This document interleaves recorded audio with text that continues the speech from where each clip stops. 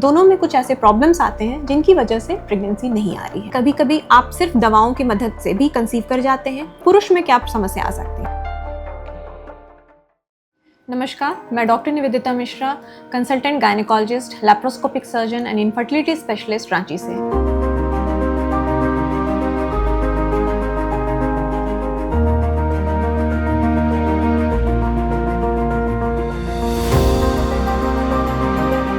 निसंतानता या संतानहीनता हम तब कहते हैं अगर कोई कपल 1 वर्ष से रेगुलर इंटरकोर्स कर रहा है, प्रेगनेंसी के लिए ट्राई कर रहा है, किसी कॉन्ट्रासेप्शन का उपयोग नहीं कर रहा है, इसके बावजूद भी अगर प्रेगनेंसी नहीं आ रही है तो हम उसे इनफर्टिलिटी टर्म देते हैं। इनफर्टिलिटी या निसंतानता 2 तरह की होती है, प्राइमरी और सेकेंडरी। किसी कपल में कभी भी प्रेगनेंसी नहीं आई हो तो इसे प्राइमरी इनफर्टिलिटी कहते हैं। अगर किसी कपल को पहले एक बार बच्चा हो चुका हो या मिसकैरेज, एक्टोपिक जैसी प्रेगनेंसी हो चुकी हो, उसके बाद दोबारा प्रेगनेंसी नहीं हो रही है तो इसे हम सेकेंडरी इनफर्टिलिटी कहते हैं। अगर हम इंसिडेंस की बात करें तो इनफर्टिलिटी की समस्या 10 में से 3 कपल में मिलती है। अगला क्वेश्चन आता है कि इनफर्टिलिटी के कारण क्या है, ये क्यों इतना बढ़ रहा है? इनफर्टिलिटी के कारण में 1/3 कारण पुरुष हो सकता है, 1/3 कारण महिलाओं में मिलती है और 1/3 में पुरुष और महिला दोनों में कुछ ऐसे प्रॉब्लम्स आते हैं जिनकी वजह से प्रेगनेंसी नहीं आ रही है। निसंतानता के कॉज में अगर हम जाएं तो सबसे पहले समझना जरूरी होता है कि कुदरत में प्रेगनेंसी कैसे होती है। कुदरतन जब महिलाओं में रिप्रोडक्टिव एज आता है, मेनार्की यानी पीरियड स्टार्ट हो जाते हैं, तो हर महीना एक अंडा बनना शुरू होता है। वो 12 से 13 दिन पे मैच्योर होके फूटता है और जब वो अंडा फूटता है तो ट्यूब्स यानी फलोपियन ट्यूब उसे कैच करती है। इसी दौरान जब आपस में इंटरकोर्स करते हैं तो शुक्राणु महिला के यूट्रस से फलोपियन ट्यूब में आता है। अंडा और शुक्राणु के मिलने की जो प्रक्रिया है वो फलोपियन ट्यूब्स में ही होती है। बच्चा जब 5 दिन का गर्भ हो जाता है तो वो यूट्रस के अंदर आता है, जिसे हम एम्ब्रियो कहते हैं। ये यूट्रस में फिर 9 महीने बढ़ता है और प्रेगनेंसी डिलीवरी के रूप में आगे बढ़ती है।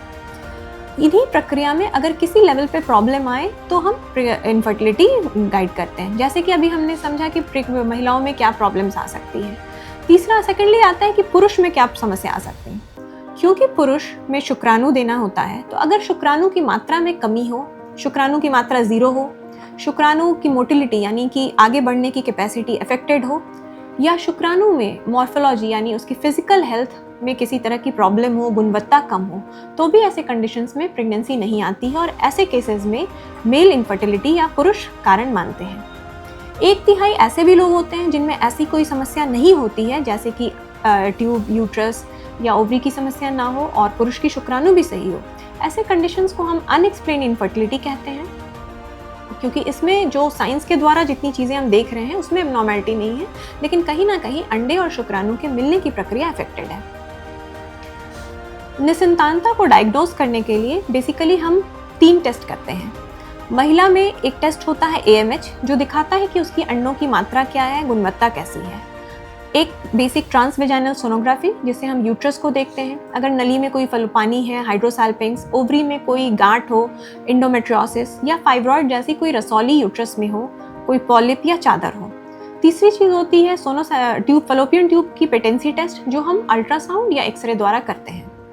पुरुष में शुक्राणु का एनालिसिस किया जाता है, जिसे सीमेन एनालिसिस कहते हैं। आइडियली 3 से 5 दिन के गैप पे पुरुष को एक शुक्राणु एक कंटेनर में देना होता है और उसे लेबोरेटरी में चेक किया जाता है शुक्राणु की मात्रा, मोटिलिटी और उसकी बनावट के लिए।